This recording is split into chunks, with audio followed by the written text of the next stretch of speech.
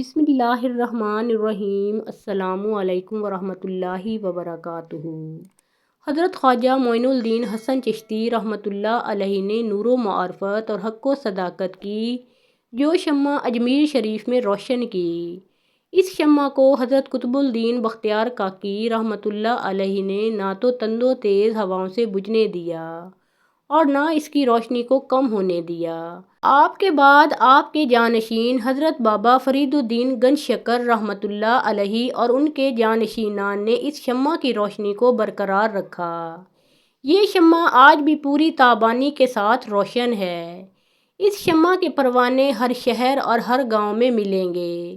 سلطان شمس الدین التمش کے دور میں اس کے وزیروں میں مسلمانوں کے علاوہ ہندو اور سکھ بھی شامل تھے، جو ایسی کوششیں کرتے رہتے تھے کہ کسی طرح سے سلطان التمش کو حضرت بختیار کاکی رحمۃ اللہ علیہ سے بدظن کیا جائے۔ انہوں نے مل کر حضرت بختیار کاکی رحمۃ اللہ علیہ کے خلاف بلکہ عالم اسلام کے خلاف ایک انتہائی بھیانک سازش کی اور سلطان التمش کے دربار میں موجود اس کے قاضی اور ایک وزیر کو انتہائی مال و دولت دے کر انہیں بھی اس سازش میں شامل کر لیا۔ وزیر کا نام حسن شاہ تھا۔ انہوں نے اس سازش کو مکمل کامیاب بنانے کے لیے بازار حسن سے ایک طوائف کو خریدا، جس کا حسن اپنی مثال آپ تھا۔ اس طوائف کی گود میں حسن شاہ نامی وزیر کا بیٹا، جس کی عمر صرف 1 ماہ تھی، ڈال دیا۔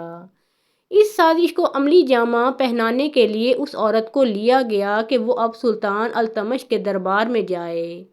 یہ 561 ہجری کا واقعہ ہے۔ ایک دن سلطان التمش کا دربار لگا ہوا تھا۔ تمام امراء اور وزراء دربار میں موجود تھے کہ وہ عورت اندر آئی اور زور زور سے کہنے لگی، دہائی ہے، دہائی ہے۔ سلطان التمش نے اس عورت سے کہا کہ اے بی بی، کیا بات ہے؟ تم کیوں اس طرح سے چلا رہی ہو؟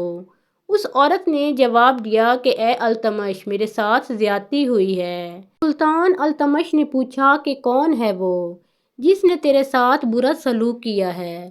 اس عورت نے جواب دیا کہ اے التمش، میں نے بتا دیا کہ وہ کون ہے تو کچھ نہیں کر سکے گا۔ سلطان التمش نے اپنی تلوار باہر نکالی اور کہا کہ قسم ہے مجھے رب کی اور اپنے مرشد بختیار کاکی رحمۃ اللہ علیہ پاک کی کہ اگر میرا باپ بھی مجرم ہوا تو اسے بھی سزا دی جائے گی۔ اس عورت نے کہا کہ اے التمش، پھر سوچ لے، انصاف نہ کر سکے گا۔ سلطان التمش نے کہا کہ مجھے اس ترازو کی قسم ہے جو اللہ تعالیٰ نے برابر رکھا ہے، تجھے انصاف ضرور ملے گا، بتا تیرا مجرم کون ہے؟ تو اس عورت نے کہا کہ اے التمش، وہ شخص تیرے پیر و مرشد بختیار کاکی رحمۃ اللہ علیہ ہیں۔ میری گود میں 1 ماہ کا بچہ ان کا ہے اور اب وہ اسے پہچاننے سے بھی انکار کر رہے ہیں۔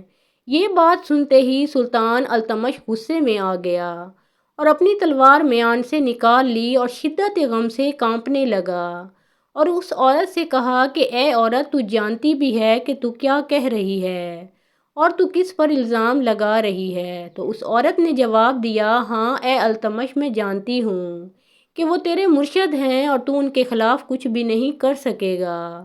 سلطان التمش نے اسے جواب دیا کہ اے عورت، تجھے انصاف ضرور ملے گا، کل دوبارہ تم دربار میں پیش ہو جانا، تیرے مجرم کو سزا ضرور ملے گی۔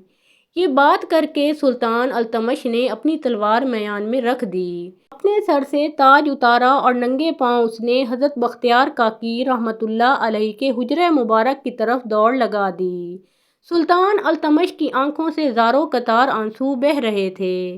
حجرے کے پاس پہنچا، جب وہ اندر داخل ہوا تو حضرت بختیار کاکی رحمۃ اللہ علیہ آپ کو دیکھ کر مسکرائے اور کہا کہ کہو التمش، آج بے وقت کیسے آئے ہو؟ سلطان التمش نے ساری بات بتا دی اور کہا کہ آپ کو میرے ساتھ چلنا ہوگا۔ آپ نے فرمایا، اچھا۔ آپ نے اپنی صفائی میں ایک لفظ بھی نہیں کہا اور خاموشی سے اٹھ کر سلطان التمش کے پیچھے چل دیے۔ یہ بات سارے دہلی شہر کے علاوہ دوسرے علاقے کے رہنے والوں تک پھیل گئی تھی، اس لیے لوگ جوک در جوک شاہی محل کے پاس اکٹھے ہونے لگے۔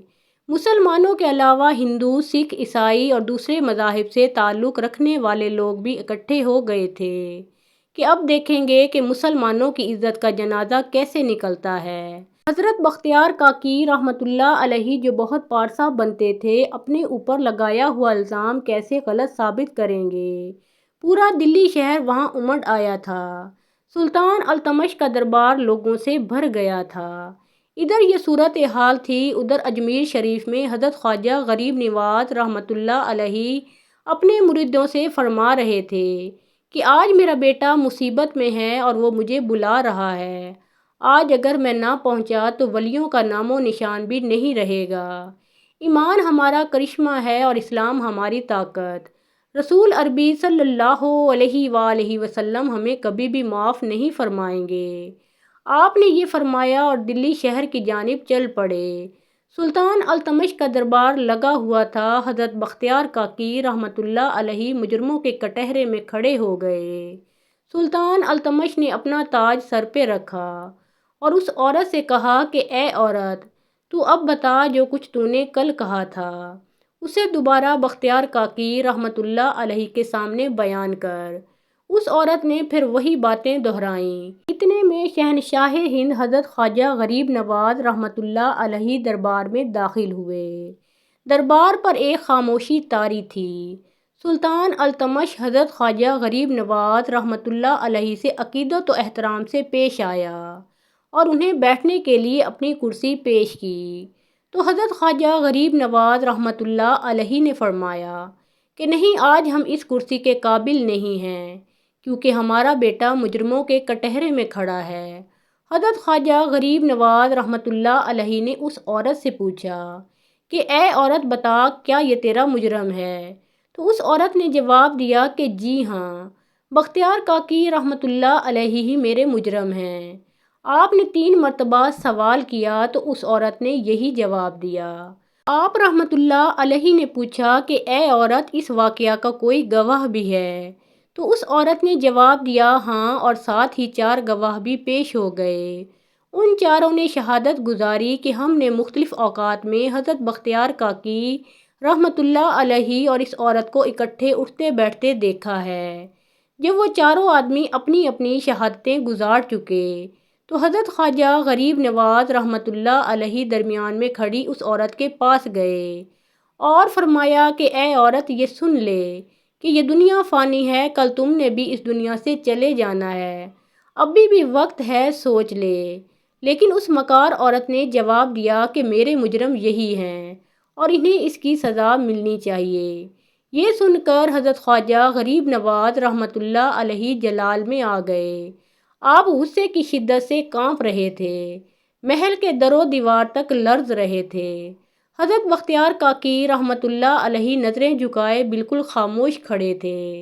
انہوں نے اپنی صفائی میں ایک لفظ تک نہ کہا۔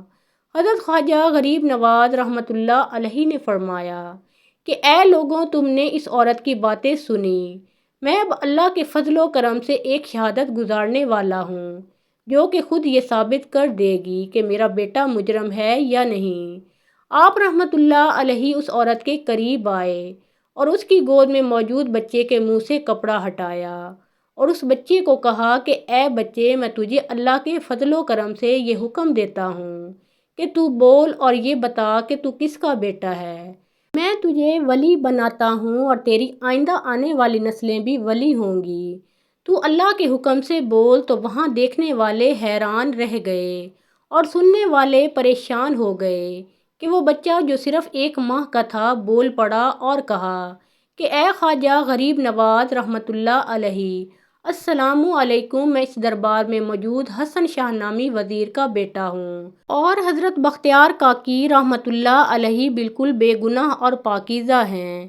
حضرت خواجہ غریب نواز رحمۃ اللہ علیہ نے اس بچے سے کہا کہ میں آج سے تیرا نام کرامت حسین رکھ رہا ہوں، تاریخ تجھے یاد رکھے گی اور تو اپنے وقت کا بلند مرتبت فقیر ہوگا۔ اور حضرت بختیار کاکی رحمۃ اللہ علیہ کو اپنے ساتھ لیا اور وہاں سے چل پڑے۔ یہ دیکھ کر سلطان التمش آپ کے قدموں میں گر گیا اور اس عورت اور اس وزیر کو قتل کر دینے کا حکم دیا۔ تو حضرت بختیار کاکی رحمۃ اللہ علیہ نے فرمایا کہ میں نے انہیں معاف کیا، اللہ بھی انہیں معاف کرے۔ یہ سن کر وہ عورت اور وزیر بھی آپ کے قدموں میں گر گئے۔ آپ نے ان سے فرمایا کہ میں نے تمہیں معاف کر دیا ہے۔ محترم ناظرین، پیارے آقا محمد مصطفیٰ صلی اللہ علیہ وآلہ وسلم کا پیارا نام ایک بار کامنٹ سیکشن میں ضرور لکھیں۔